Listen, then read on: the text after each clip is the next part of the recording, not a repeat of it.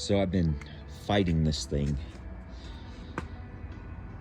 It wouldn't start.